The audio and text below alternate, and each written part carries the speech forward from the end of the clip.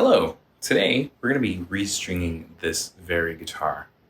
This is my 2002 Monrad. It's a spruce top. It is a nylon string guitar, so we will be talking about how to change the strings, how to remove the old strings, how to put on the new strings. And this is a 12-hole tie block, which means that you have 2 holes per string. So let's take a look at what tools we need to complete that job. Join me. This is our peg winder. We're going to use this to loosen and tighten our strings. The strings that we're going to put on today are these Savarez Cantiga Creation strings. These are a blend of strings that I think sound really good. Now, I like to log any changes I make to my guitars in this book. This is a good way to study what it is that you put on your guitar and whether you like it or not.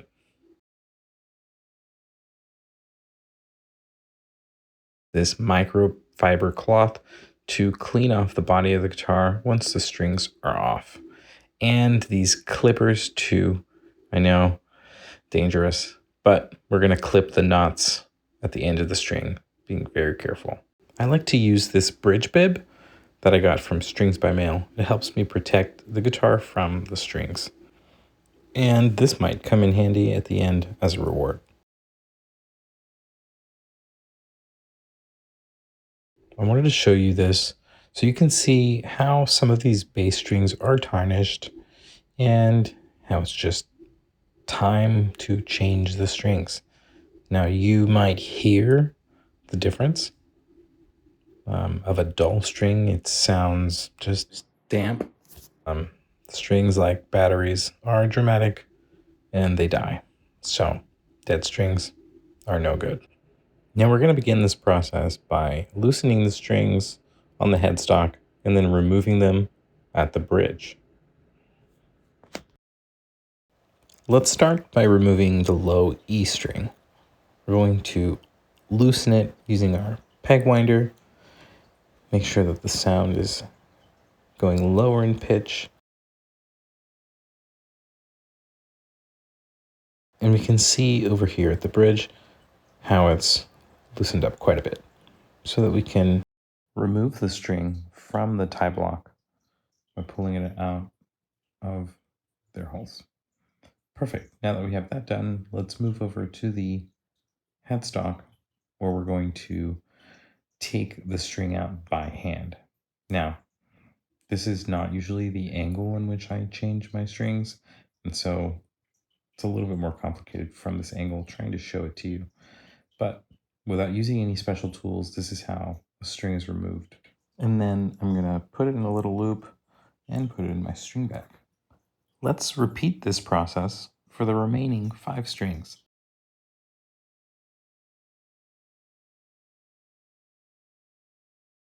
And as I remove all of the strings on this guitar, I just think, wow, this guitar has been all over the world. So many stages, so many planes, so many trains, so many buses, so many cars, even boats that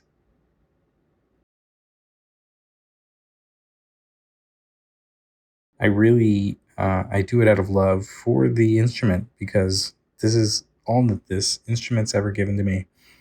And changing the strings is really kind of taking it to a spa, in the sense of just giving it the treatment that this wonderful instrument deserves.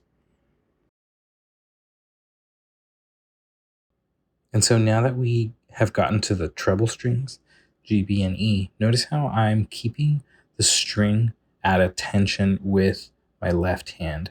This just makes it easier to see what it is that you're working on, and keeps it from nesting like a bad cast with a fishing reel.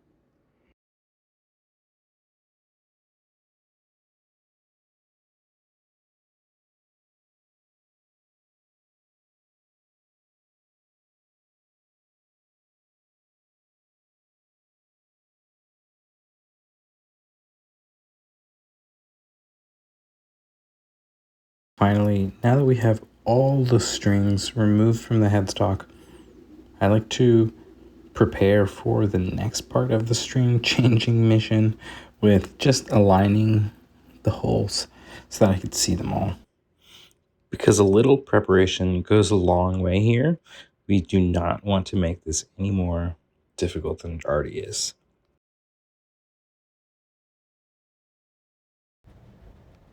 This is where this bridge bib comes in so handy, because as I remove the strings from the bridge, it protects the guitar from the strings. I'm just going to push one end of the string and open up that loop that it creates so that I can then cut the string and remove it.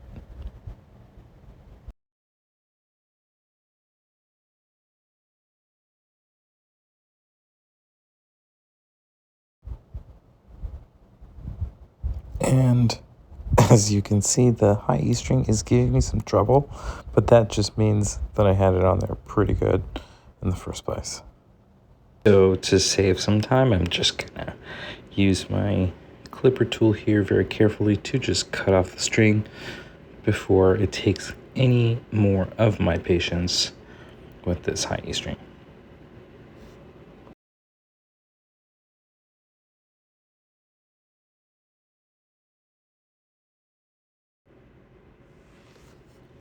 Here I'm gonna repeat the process of clipping the strings that I've tied knots on, so B and G, just to save some time. And as you can see, I'm just making it even more difficult to myself by trying to hold the E string here for some reason. Anyway, now that all the strings are loose on the bridge, we're just gonna pull them out carefully, even though we have our bridge bib on, saving our guitar from our strings. I'm gonna pull them out one by one, and that is how we conclude the process of removing the strings from the guitar. I'm gonna tie them up in a nice little knot and put them in my string bag so that I can recycle them. That way they don't end up in a landfill or in the ocean. That's bad.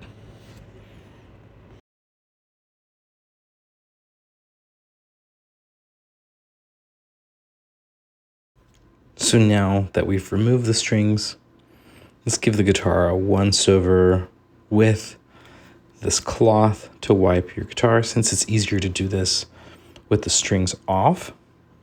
And I'm also going to give the bridge nut a quick clean as well. Just checking it without the light before I turn the light back on to finish polishing some of the bits of the guitar that don't really get as much attention as they deserve.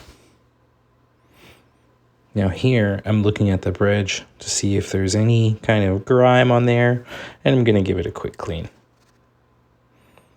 Now that that is clean, I'm going to pop that back in so that we can finish polishing off the bridge and continue with our string changing mission.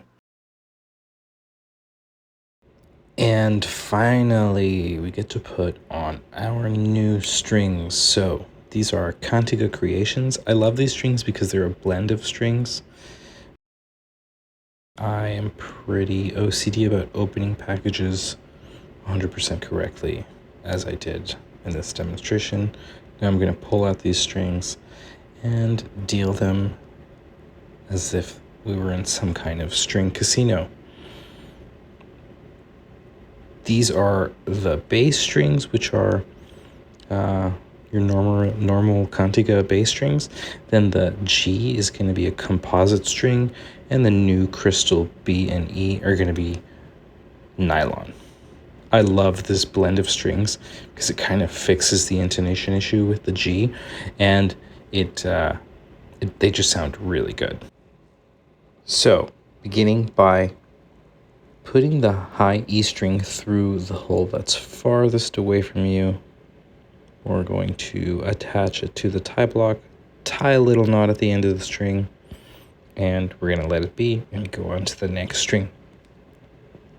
This shot is an amazing shot of the knuckles on my right hand. More than me attaching the strings, I really just wanted you to see my knuckles. So here we go. We're going to attach the B string, like I said, put it through both holes, tie a little knot, and leave it. Go on to the next string.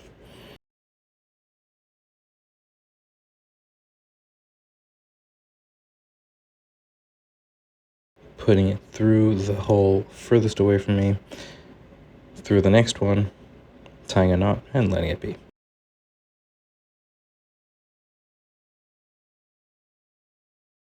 So for the bass strings, I am going to put the bridge bib on because the bass strings can scratch your guitar.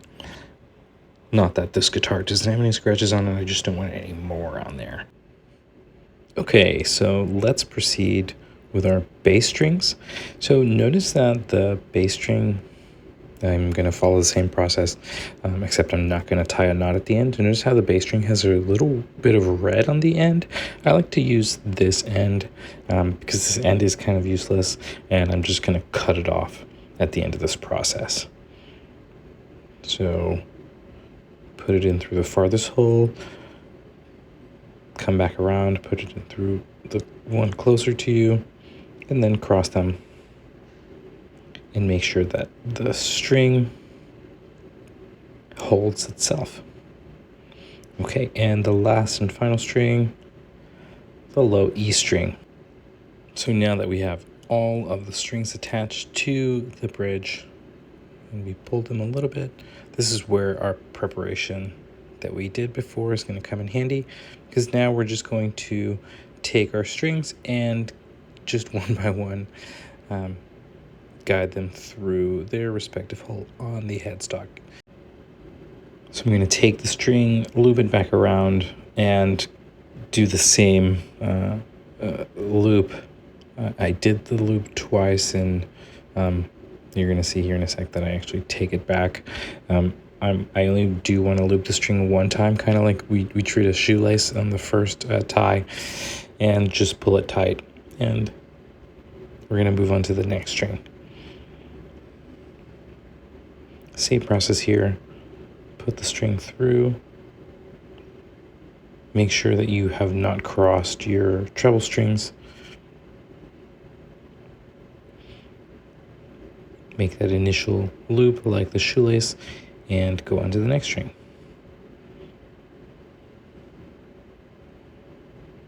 Okay. As the strings get thinner, they are going to become a little bit better at if you want to do this double loop. I like to do it for the E string. It just secures it to the guitar a little better.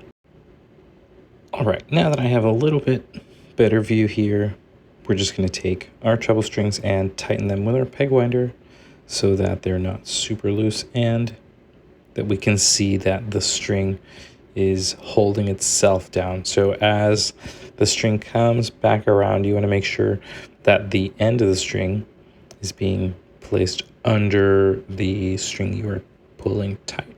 This is important because we want kind of an orderly string application here. As we wind the string, we want it to kind of follow like a little lane. And that way we keep our strings nice and organized, and in the end it won't look like a mess. So as I was saying before, we want to route the string in an orderly process, and this is what I actually failed to do in this bit. You see here, I actually take it back once I see that I hadn't routed the string properly over the bit of string that had been attached through the hole. So here is this bit where I'm taking it back and making sure that I'm routing the string so that it holds itself. Perfect. Now let's see if I can repeat this process with the third string. It's easier when you kind of pull the string tight with your left thumb, as I'm doing here so that you can make sure you're routing the string properly. This is super important that you route the string properly because you don't want your string to come unattached from the headstock while it's under tension and it slaps you on the hand. That really hurts. On to our bass strings, we're going to begin by just inserting the 4th string and just moving on to the 5th string and then the 6th string. The bass strings are a little easier, I believe, in this process than the treble strings, just because they have a little bit more diameter to them and they're a little bit easier to handle. Since they're thicker, they're going to hold on to themselves a little better, and you're just going to cut off excess string. Here, we're going to repeat the same process. We're going to do that initial kind of shoelace loop with the string. That's basically all we need, because with that loop under tension, it's going to hold itself.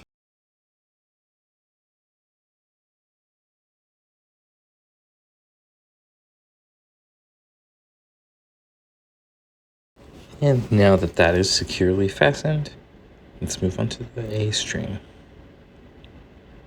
Same process here. The first shoelace loop, and that's it.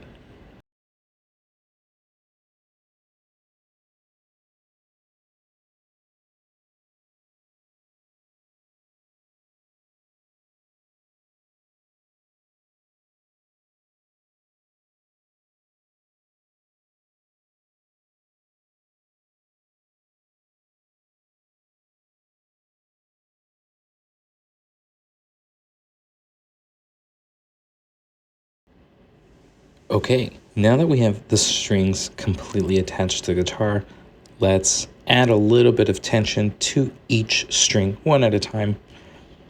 And as we add that tension, we're going to pull any kind of slack string like you see me doing here, so that they're nice and orderly. One at a time, just to make sure that the aesthetics are there on the top of the guitar and it doesn't look like your guitar got a crazy haircut. So we will not be applying 100% tension to these strings because we need to check our work.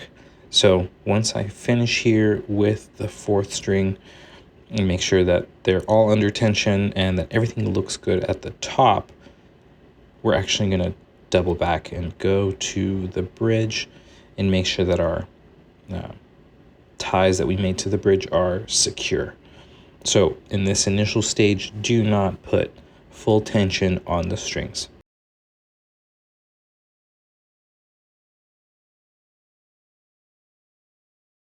So now that we've turned our guitar, we're staring at the bridge here, and let's just make sure that the string is facing the right way before we tune it and put full tension on. Make sure that none of these are going to come apart and that the knot is on the correct side of the string so that it's being held by the string. Just a quick once over so that we don't have a string pop on us. And something caught my attention here. The 3rd string, you can see, is on the incorrect side of the string. So I'm going to need to make some adjustments. This is perfect so that we can do this together so you can see what it is that I need to change here. So here I'm going to pull, I actually loosened the 3rd string a little bit, and I'm going to pull that knot to the other side of the string so that under tension, that knot is above the string and it holds itself. Perfect. Now we're ready. Now that I've changed the angle here, you can see that I'm going to take my peg winder and I'm just going to give it a little bit of a visual check as I tighten the string. I still have all of my protective gear on the guitar so that if anything goes sideways, we're fully protected here. Nothing goes sideways here, so That's good news.